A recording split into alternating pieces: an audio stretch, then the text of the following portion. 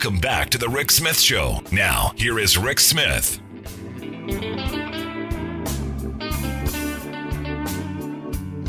So, a recently released report by the folks at Greenpeace USA shows, I think, what we already know. You got a handful of multinational corporations who are boogering up the planet, mostly looking at Coke, Pepsi, and Nestle. Nestle doesn't get as much attention as they should, even though they're one of the largest water companies in the world, making sure that they sell us enough water. And what they've done over the last several decades, expand plastic production to feed our need for bottled water and other things. That's why I've asked Graham Forbes to come talk with us. Graham is Greenpeace's global plastics project leader. He's also the lead on this report titled The Climate Emergency Unpacked, How Consumer Goods Companies Are Fueling Big Oil's Plastic Expansion. Graham, thanks for taking time for us. Yeah, great to be with you, Rick. I'm looking at this and I'm going, when I was a kid, you had drinking fountains everywhere. The thought of buying a bottle of water, something completely out of bounds. And I remember when bottled water came out, I'm going, why? You got drinking fountains. Yet it has become the dominant thing in our society. And it's horrible for our planet. Yeah, that's right. I mean, the reality is that plastic, single-use plastic, bottled water is really killing us. And I think this report, a lot of people are sort of growing awareness around the plastic pollution crisis. We've seen the pictures of the turtles and the sea life being sort of damaged and killed by this plastic. But what folks don't really know is that all of that comes from fossil fuels, and it comes from oil and gas. And companies like ExxonMobil and Shell are really looking to expand that production dramatically to the tune of hundreds of billions of dollars over the next few years. So if we're not going to use plastic, what do we use? I mean, we've gotten our kids into the reusable thing. Everyone's got a water bottle. Everybody you see walking around. When I was a kid, you never worried about, am I hydrated enough? You drank out of a garden hose for sake. But now everyone's got their bottle, and I know I sound like a curmudgeon, but it's one of these things where, do we all have to have our little bottles because we're not, I guess, able to make sure we get a drink when we can? It's weird. Yeah. That's it. It is weird. And I think, companies like Coca-Cola, they sell you on the idea of this convenience because they get to slap their brand all over it and sort of get marketing everywhere in your face. And it's like, at the end of the day, it's not even convenient because your garbage can's filling up left and right. It's polluting communities, and it's really contributing to climate change in a really dramatic way. And I think that's one of the things that Coke doesn't want folks to know, is that as long as they're using, they sell over 100 billion plastic bottles every year, and that's a huge contributor to climate change. Now, the argument has been, Graham, that, it's fine because we collect all those bottles. We recycle them. We're good. We're good for the environment. We're doing some recycling. The recycling is the answer, is what I'm told. Yep. And that really, if folks might not know, recycling is sort of plastics recycling specifically is a myth created by the oil and gas sector and companies like Coca-Cola, because what it does fundamentally is it takes the responsibility they have for producing these toxic materials and then puts it on us and puts it on local governments to clean up the mess. And the reality is we've recycled less than 9% of the plastic that's ever been produced, and there's no way we're going to recycle our way out of this crisis. And so, you got a water bottle, you get a reusable water bottle, you got your kids on it. It's not that complicated, and the companies need to stop selling so much plastic. Right. So settle a discussion between my wife and I. Because I've been of the mindset for a very long time that the recycling was a bunch of nonsense just to get us, to segregate our garbage. Because, like you said, only a small percentage of it actually gets recycled. But she's almost like that. We got to recycle everything, and everything gets partitioned out. Is recycling, is it helpful? Is it the answer, or is it just an exercise in futility? Yeah, it's not the answer, and it can be useful as part of the solution. The problem is we've been having the wrong conversation for the past 50 years because that's what Coke wants to talk about, right? Like if you search Coca-Cola on plastic, you're going to get a billion words about recycling because that means they don't have to change anything. They're just going to let you pick it up and clean it. So plastic bottles actually can be recycled, but there's all those other numbers, and it's only ones and twos that actually functionally get recycled at all. And the rest of them, there's basically no market for it because China closed its doors in 2018. It gets burned or landfilled. Yeah, and that's a terrible thing. So what is the answer here? Because look, nobody's going to give up their Coke and Pepsi or their Dasani water or Aquafina. What is the answer? Look, I would like to go back to where there are drinking fountains around, but advocating for that during a pandemic, probably not the right answer. So where do we go? Yeah, I mean, like most things that we need to, this is a systemic issue. It's going to require a systemic response. And so we need people to step up and vote for progressive politicians that are addressing climate change. We need to stop the massive build out of petrochemical facilities, make a just transition towards renewable energy sources. And so it's part about being politically active. And the other thing is the companies need to reform and they need to start moving towards reuse. Coke, they have their freestyle machines. You can go into your local restaurant and get a billion different sodas and you don't need a plastic bottle to do it. You can just put it in a cup. And so it's starting to get creative and really drawing the attention away from the sort of the absolute focus on recycling that's just really good for their bottom line, but never going to solve the problem. So your solution is, we go into basically for profit water fountains. I mean, we need to do something. And I think for Coke to be a business in the future, they're going to have to transition away from plastic because the climate imperative is upon us and we need to take action and they're just not doing it. Right. Is there any way that, because I know people, they love the convenience. I'm thirsty, I'm just going to walk in, I'll grab something off the shelf. Is there any way that you transform plastics into some other way, different containers? When I was a kid, everything was glass bottles. We used to run around and steal people's glass bottles and then take them back to the store to get the money for them. Is that a way forward? I'm curious thoughts. I mean, yeah, the best thing to do is reuse the valuable materials we have. So that's the starting point. But glass, paper are all less problematic than plastic. Plastic is toxic from start to finish, extracted as oil and gas, turned into chemicals, and then, it becomes waste and breaks down for the next 100 years. So our children's get to clean up the mess. And so, yeah, part of it's going to be using other materials, but fundamentally it's just reusing materials that are more sustainable like glass or aluminum. Because here's the thing, and this is where I know most people, they want a clean environment. And I believe this. I've only met a couple of cranks who say, I don't care one way or another. I'll be dead before the consequences happen. Like we've stopped using plastic straws because of the turtles. There's a whole bunch of things that you go, okay, we've got to do these things. But, I have some friends who are like, every time we turn around, we're being told something else. Every time we're being, there's another part of our life that we're being told is bad. How do we get past that? How do we move in a way that is more sustainable without beating ourselves up all the time?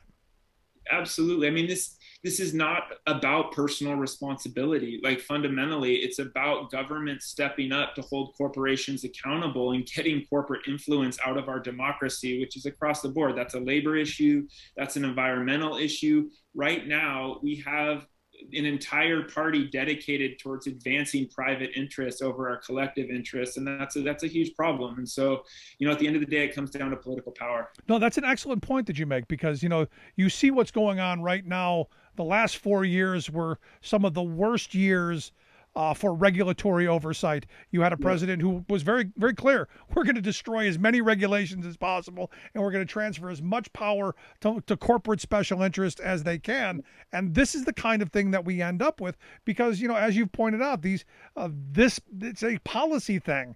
And I like the fact that you brought up that, look, we've been beating ourselves up over recycling and beating ourselves up over all this stuff when we weren't given another alternative. That's it. And we need other alternatives. And the people that represent us need to stand up, and we need a lot less corporate money in politics. Yeah. Do you see any, look, I would love to see there be some kind of legislation, some kind of push. Do you see any of that happening in Congress right now? Is there any move to doing what you're talking about? Yeah, there is. I mean, we have the Break Free from Plastic Pollution Act. It's sort of making its way through Congress. We know it's never an easy road there, but that's a piece of legislation that puts a moratorium on petrochemical build out and does a number of other good things that help move in the right direction. And we also have the Build Back Better Act that's looking to transition away from fossil fuels more broadly and advance some of the climate interests that are going to be good for communities and ultimately be good for workers too. And I think that's where we'd like to see a lot more movement. No, I think it's important. And for me, the idea of, as we're moving away from fossil fuels and as we're moving away from a dirty economy, it then comes to the jobs that are created out of this. Yep. And I'm hoping that this is an opportunity that maybe we change what our economy looks like for our children so that they're not left with bad choice, the difference between bad choice and worse choice. That's it. I mean, we need to create jobs and sustainable industries that are good jobs where workers have a voice on the job, a right to organize, collectively bargain, and start to transfer power back to people so we can actually build a middle class. And stop sort of letting corporations really extract natural resources to turn a profit and leave the rest of us holding a bag, which is really a dirty planet and a lot of poverty wage jobs. Yeah, I want to go back to a second about the bottles because you drive along any highway, you're going to see hundreds of bottles that have been either thrown out the window or fell off the garbage truck or whatever. How bad is our plastics problem in this, not just in this country, but on this planet? How bad is the problem with as many of these single-use plastic containers that we use? I mean, they just came out with a study where they found a bunch of microplastics in baby feces. So it's like, I mean, it's literally, it's contaminating, we're at risk of permanently polluting the natural environment with broken down plastic pellets. It's in our bodies, it's in our blood. I mean, we're literally surrounded by it. It's transferring disease in parts of the world. I mean, so we are, it's bad. And it's only getting worse because production, if Exxon has its way, it's going to grow production by 20 or 30% and put us in an even worse position. But I think with our report, as we start to understand it as a systemic issue, start to understand the system, we can start to make better choices and have different conversations about real solutions. And policy choices. Because look, I've said for a long time, and I know I sound like just an old guy complaining about how things have changed, but the idea that we're going to buy water for more than the cost of a gallon of gas is insane, and we're gonna drink it out of a container that we're going to use once and throw away that'll be here probably 100 years after I'm dead, just seems like really not a great idea. Spot on. It's common sense. It's a bad idea, and it doesn't pass the smell test. I mean, it's just like, it's ridiculous. Yet you still, like, I see so many commercials about recycling. Go to Coke's website and they can't talk about it enough, and it's a joke. Yeah, but again, I think back to the when I was a kid though. And this is going way back. We had the guy who was dressed up like a Native American guy with a tear coming down his eye. Yeah. When I found out that was funded by corporate interests, yes, and it wasn't an environmental ad at all, I was beyond furious. Yes. Plastics recycling is one of the best corporate lies that's ever been told because it makes you want to believe it because it gives you a sense of agency. But what it does under that is really transfers responsibility to you for a problem that you can never address if companies keep acting the way they are. No, it's just, and it comes back down to the money in our political system. I mean, right now we can't seem to get some sane things done that we need. We need massive investments in infrastructure, and we need even bigger investments in moving our economy to a much cleaner, more climate-friendly economy. And yet we can't seem to get anything passed. So I look at what you're talking about, of making these companies just do some sane things, and I'm going, well, that's not possible. We can't do the things we want to get done, let alone the things we don't know anything about. I mean, that's true, Rick. We got work to do, but I think at the end of the day, we got to keep the faith and just keep pushing because, there is reason to be hopeful because as the problem gets worse, more and more people are waking up. And the reality is the vast majority of Americans agree with these common sense changes. So there's obviously something clogging the system. And I think corporate money is a big part of it. Yeah. So what kind of response have you gotten from this report you guys have put out? And I hope folks will take a look at it over at greenpeace.org/USA.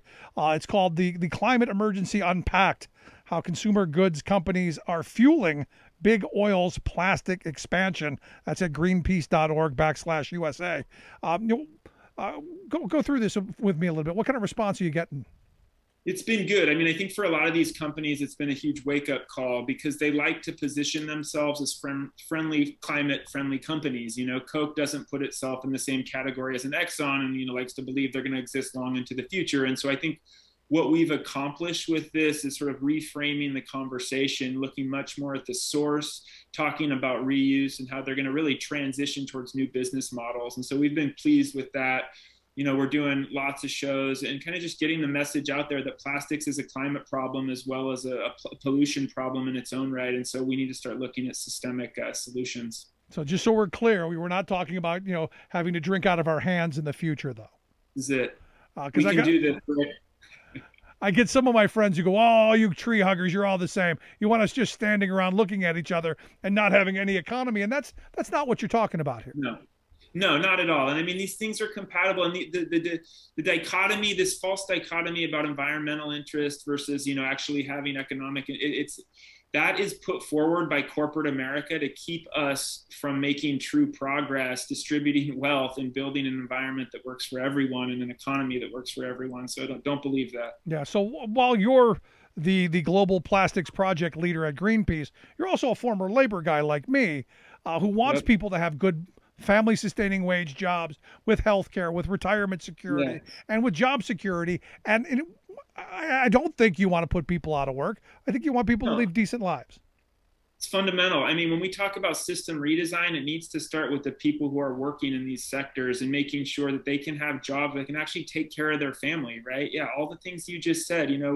We've watched corporate America just infiltrate the government in a way that has, really been destructive for working class families. And, it's egregious. And we're getting to a point where I feel like there's going to be energy and we're going to start to see some change because it's just gone too far. So as a labor guy, any pushback from the labor folks on this? Because I know there are some people who do push back.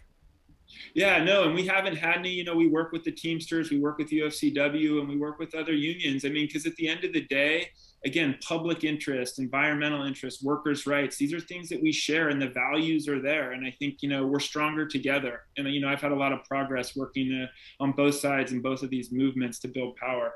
Yeah, ultimately, the reality is if we're going to leave anything for our children worth having, we've got to probably start acting now. And make sure that not only do they have jobs to have in the future, but also an environment that they'll want to live in anyway. But Graham, I appreciate the time, the work that you guys do. Good stuff. Hope folks will take a look at it. The Climate Emergency Unpacked, how consumer goods companies are fueling big oil's plastic expansion. Greenpeace.org/USA. Graham, thanks so much. Appreciate the time. Thank you, Rick. You take good care. I love your show. Thanks so much. Give me your thoughts. What do you think? Is it a good idea, bad idea? Do you recycle? I'd love to hear it. Rick at thericksmithshow.com. Quick break. Right back. Stick around.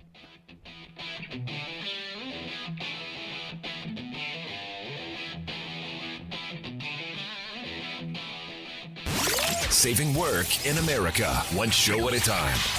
The Rick Smith Show.